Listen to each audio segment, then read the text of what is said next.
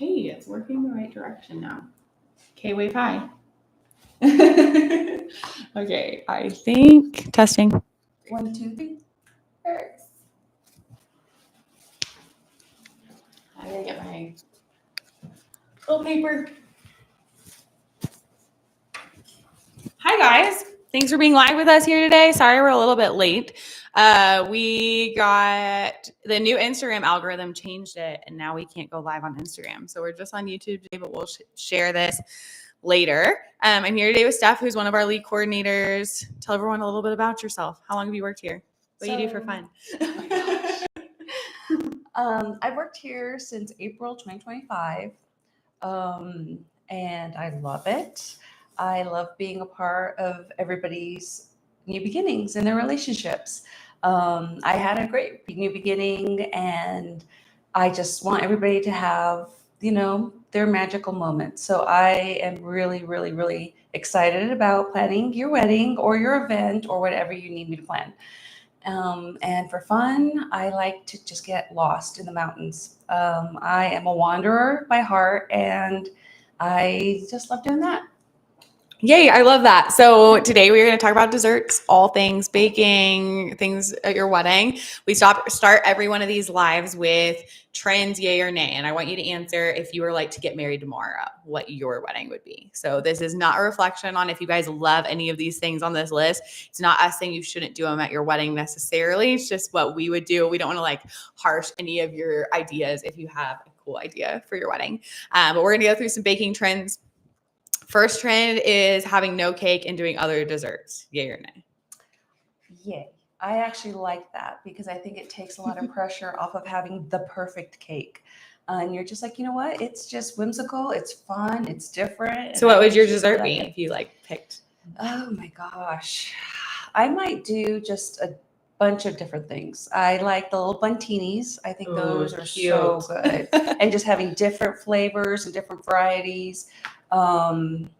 There was the churro thing. It's close to my heart. So fun. Churro. And actually the last churros that we had at a wedding did come from Albuquerque too. Nice. And that's where she's from. That's where I'm from, Albuquerque. So that's so fun. Yeah. I love cake. I joke that I became a wedding planner because of the cake. And so I can't imagine having a wedding without a cake. It was my favorite part of my wedding. My personal wedding cake was still to date my favorite cake I've ever had, which is saying something because I had a lot of wedding cake. But I wouldn't do any other desserts. It would just be cake. But that's also my favorite dessert. So, flower meadows. People are like surrounding their cakes with like their cake is growing out of a flower meadow. Yeah, I did that. You did? I cool. did. I did that in my wedding. I had 3 different tiers, and then just to take up all the space in the tiers, I just had flowers, and they were coming out. I was like a cascade of flowers with cake in between. It was beautiful. Yeah, that's so fun. I would say yay. Mm-hmm. Edible flower decorations. It's really trending right now to make flowers out of like something you can eat. Mm-hmm. Would you do that or real flowers? I would do real flowers you can eat. I would. Real flowers you can eat. I mean, you do roses. There's so many actually real flowers that are edible. Yeah, it's so true. Yeah. Great. I love that.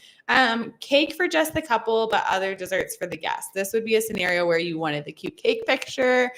So you got like a cute cutting cake, but you are having root beer floats for your guests or an ice cream bar. Or I had a wedding recently that they were at a restaurant, so they did creme brulee for all their guests. So what do you think of that? I think, anything different, anything new, I think it is good to step out of the tradition.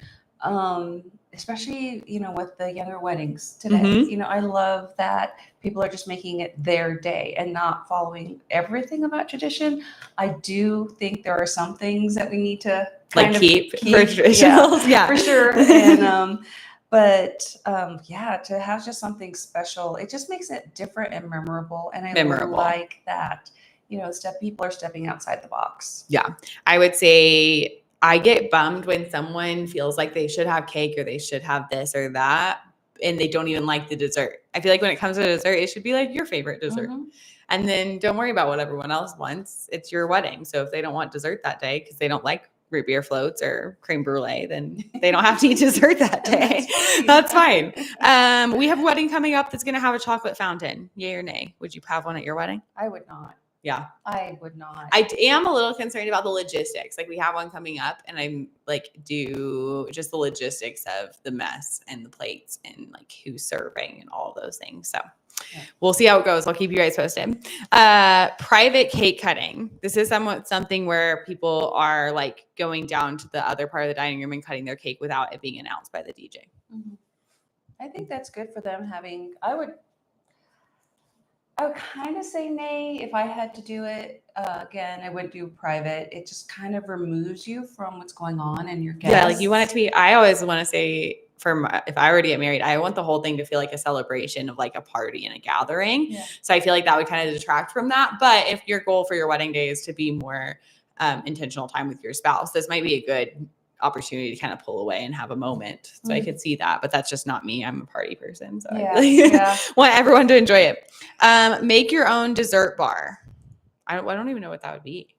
So that'd be like s'mores, maybe? Yeah, s'mores. Something like that. Or like if you had some way to have ice cream and have all the toppings and you put all your toppings. I do have to say I've seen it done a few times where it was a DIY ice cream bar and it did not go good. So just like the ice cream wasn't hard enough or the ice cream wasn't soft enough. I've had it both directions and then like the toppings go everywhere. So if you're going to do an ice cream bar, I usually suggest having someone like serve it to your guests. Yeah. You know? Anniversary tier. Did you save your top tier of your wedding cake? I did. Yeah. And I never ate it. Oh no, you didn't. I did. I saved it. It was in my freezer for many years because even after the first year, I wanted to keep it. And finally, my husband's like, seriously, after 5 years, we're not going to eat this cake. Oh my goodness. So I bet that happens more often than you would think. Like people like the concept and then they get a year later. I'm like, oh, this is kind of gross. I did save mine. We didn't wait till a year to eat it. We ate it like 6 months. But again, we're like cake people. So mine was more about like, I want some of my leftover cake than like the tradition of eating it 1 year later. If you do eat it a year later, go to YouTube and search how to preserve the top tier of your cake. Because if you take the top tier and you wrap it in saran wrap and then you wrap it again in saran wrap and then put it in a Tupperware, it'll actually be just the same when you thaw it later. So I think people get nervous and like it should be totally fine in the freezer, even if it's cream cheese icing. So that's something you just want to make sure you let your coordinator know ahead of time because we just want to make sure we like cut it nicely and put it in a box. So if you do want to preserve it, you don't want to slice it. Though my mom, that's what we did with our cake. My mom like sliced it, put it all into like Tupperware boxes, and then we like had those to eat later. Oh, so nice. So you could do that, but that's like how you make cake dry. Okay. So you don't want to slice it. Okay. Naked cakes. This was actually kind of a trend early 2000s where people would like not have as much icing on the outside. This is sacrilege to my husband because he only eats cake for the icing. Me too. And we actually still see it a lot where people ask people for naked cakes. What do you think? I don't really like icing, but I love icing. And it's actually good, especially if you're not a cake person, but your partner is, and you get to split it in that way. Yeah, that's true. Yeah. Naked cakes, I think, date your wedding. That's not necessarily a bad thing if you like really love the design, but there was like 3 years in the wedding industry where every person did a naked cake. It was like 2001 to 2007.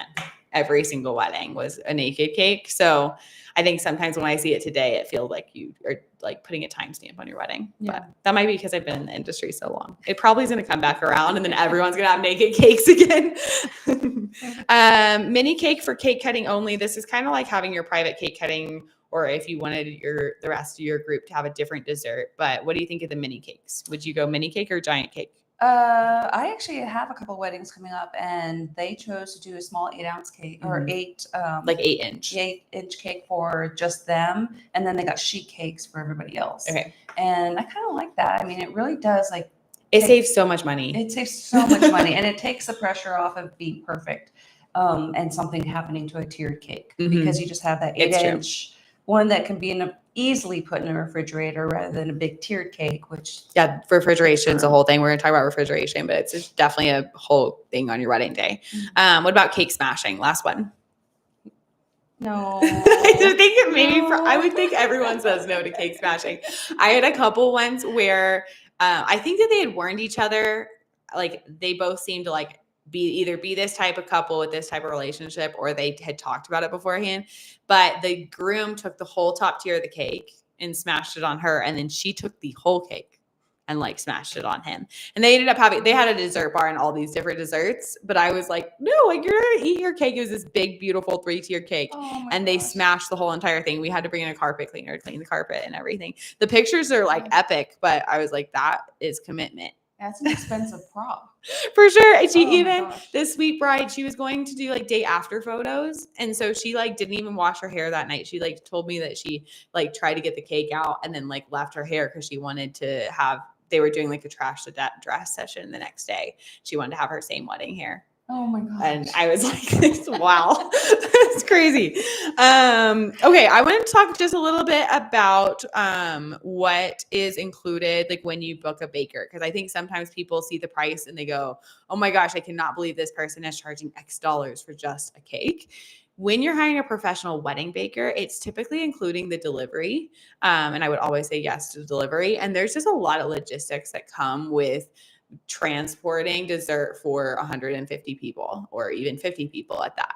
So one, there's the timing. Is there a refrigerator there? How are we going to get it there? Is it going to be hot? There's a temperature variable. There's also a huge variable with just the rattling in the car. All of our venues around here are like up mountains. And so I think people are like, oh yeah, my friend will pick up the cake. And they don't really anticipate the fact that like, so bakers have this thing called a cake safe. Have you ever seen a cake safe? Basically, it's like this rod that goes all the way through your cake that makes sure the tiers stay still while they're like driving in the car. And then when they get there, they touch it up.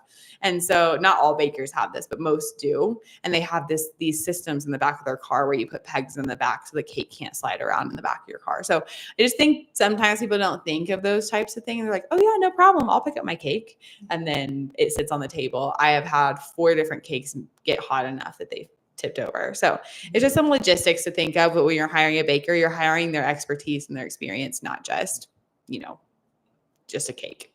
The average cost in our area for cake is actually $6 to $10 per guest. I typically see about $7. If that sounds like absorbent and crazy to you and dessert, you're like, it's just cake, then just go get a cake. But if you do want something tiered or like even a pretty cutting cake or custom flavors or anything with a tasting, you can usually expect to pay between $6 to $10 per guest. So when you're making your wedding budget, and you have your line items of catering and your alcohol, et cetera, I typically tell people to budget $7 for dessert. So, okay, what do you think people want to know when you go to book your baker? When should you reach out?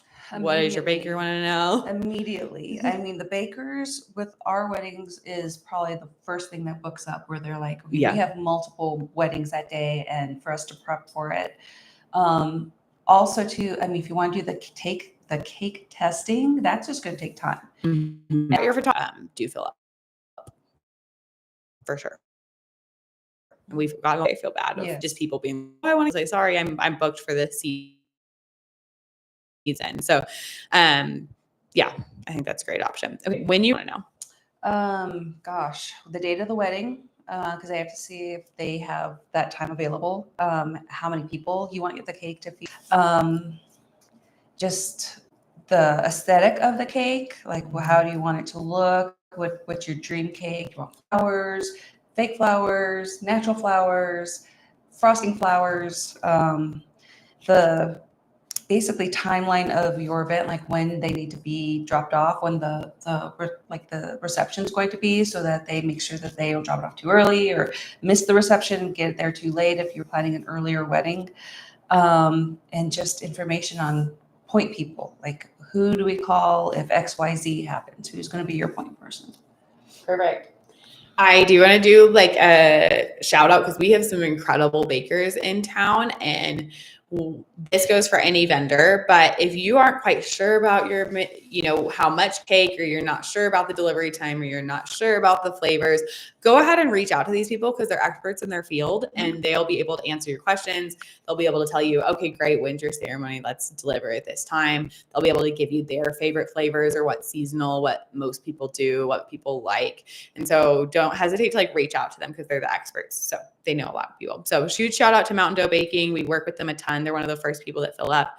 Oddbird Baking really specializes in these gorgeous specialty cakes. She does like very Southwest, like local inspired flavors. So that's really, really fun. Flower Disco, you guys, if you don't follow her on Instagram, you have to go follow her because she does these most adorable, like colorful, bright poppy color cakes. And then Barbara Mills is like one of my favorite bakers because she's like your grandmother who like the cake tastes 100% great every single time. It's never dry. Like we always joke, she bakes the morning of your wedding. So she gets up 4 a.m. She's baking your 3-tier wedding cake on the day of your wedding. Wow. And she just nails the texture and the flavor every time because she's been baking for so long. So we have lots of other bakers, but I want to give them a special shout out because they're some of our favorites that we worked with in the past couple of years. Okay, we're going to run through some just hot topics, things people typically forget. I wanted to kick it off with, don't forget dessert at your rehearsal. I think sometimes people think, oh yeah, I'm going to have a taco bar. I'm going to do whatever, hot dogs and hamburgers. I think sometimes people forget the dessert, and it's a really fun way to pull in your personality on that day as well. So, yes, you can just have your caterer, your barbecue place bring dessert with them, but I would kind of challenge people to think of something that would be like more casual and more fun, but still identify with them. I've had people do like mini Snickers bars. Because that was like their thing. They like loved Snickers bars. I've had people do local ice cream, and there's lots of carts that come in town. I've had people do an ice cream truck. Popsicles, if it's outside, was really fun. And a lot of people are doing like custom popsicles with like custom fit organic fruit juice flavors. So just lots of fun things that you can do for your rehearsal.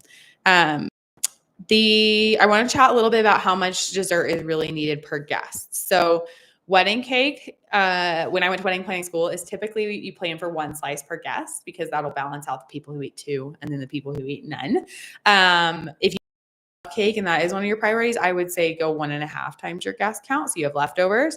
And then if you use dessert bars or bite-sized options, we typically say 4 to 5 like mini desserts if they're only. So I know that's a lot more, but I would typically plan on like 4 to 5 desserts per person. Because if you have a dessert spread, you're probably going to grab like one of these cookies and one of these mini cakes and one of these little brownies.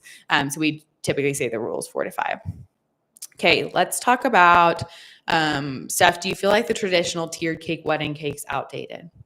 No, it's timeless. I think it's timeless. I think if you do a 3-tiered cake, you cannot go wrong. I don't think so either. I mean, just seeing the shape is like, oh, we're at a wedding. We're at a wedding, exactly. Funny thing of just things people shouldn't forget. Believe it or not, I've had 3 weddings where people cut the cake, like guests. Oh my gosh. Like during dinner, they just walk over and like, I'm like, excuse me, what are you doing? They're like, oh, I'm just getting a slice of cake. I'm like, what are you doing? Have you never been to a wedding before? So don't assume your guests have been to a wedding before. I still can't believe that happened. 2 of the times it actually was cut and I had to like cover it with flowers and move it around to the back for the cake cutting picture. And the other time I caught them like as they were doing it. I was like, whoa, what are you doing? Stop, please. We're going to cut that in just a minute. I'd always try to be like very nice. I'm like, oh, sorry. Like the couple wants to be the first to cut it. But I'm like, have you never been to a wedding before? Isn't that crazy? Or even seen one on TV? Yeah, or like seen it, like you've never watched any wedding movie of all time. Just crazy. What do you think about cake tastings? Do couples still do them? I don't think people typically do cake tastings. Most of our couples are coming in from remotely. So I would really challenge you to ask your other vendors if they've worked with that baker just to kind of verify, and then ask your baker like what the most popular flavors are, what their favorite flavors are, because most people don't do cake tastings around here. Yeah. If you ask, sometimes they will. Mountain Dough actually has a storefront, so you can walk in and get an idea of some of their like baking style. Mm-hmm. And if you do ask for a tasting and your baker is willing to do it, there's a good chance you're going to pay for it. So just kind of keeping that in mind. Typically, you would pay like $100 or something like that to do like a cake tasting beforehand. But don't feel like you have to, because most bakers don't, I don't think, around here. Also, too, if you go to a wedding expo, usually the bakers are there and they have their free. That's true. Wedding expos is a great idea. Mm-hmm. That's a great idea to get some tastings. Yep. That is just a great opportunity because they're getting up, they're baking for little mini cupcakes for all of these different potential brides. If you think about it, you're asking someone to get up in the middle of bake like each individual flavor of cupcake. Like, I don't even know what that looks like. I did have a baker once who baked all her flavors and put them in the freezer, and she'd pull them out for and she would say, the texture might not be right, but here's kind of the flavor. But I don't know if that's like the best way to do that To do it, because yeah. the texture was always a little off. But Mhm. okay, what are some of your favorite alternatives to cake? Let's just say someone's like, oh my gosh, why I'm not doing a wedding cake? I hate cake, which is hard for me even to say out loud. I love cake. So, gosh, I kind of like the fruits, right? Like the chocolate covered strawberries Ooh, fun. when they do, and they'll do them in different colors. Or they'll do the colors of your wedding, and you have your dipped fruit. If you're more of, a fresh fruit person. Oh, I love that. Yeah, I really like that. And also just the mini buntinis with mini bundt cakes. Yeah, so cute. Mhm. People a lot of times will do cupcakes and they'll do cupcake towers or mini cupcakes. I've seen a cookie cake. I've seen cookie towers.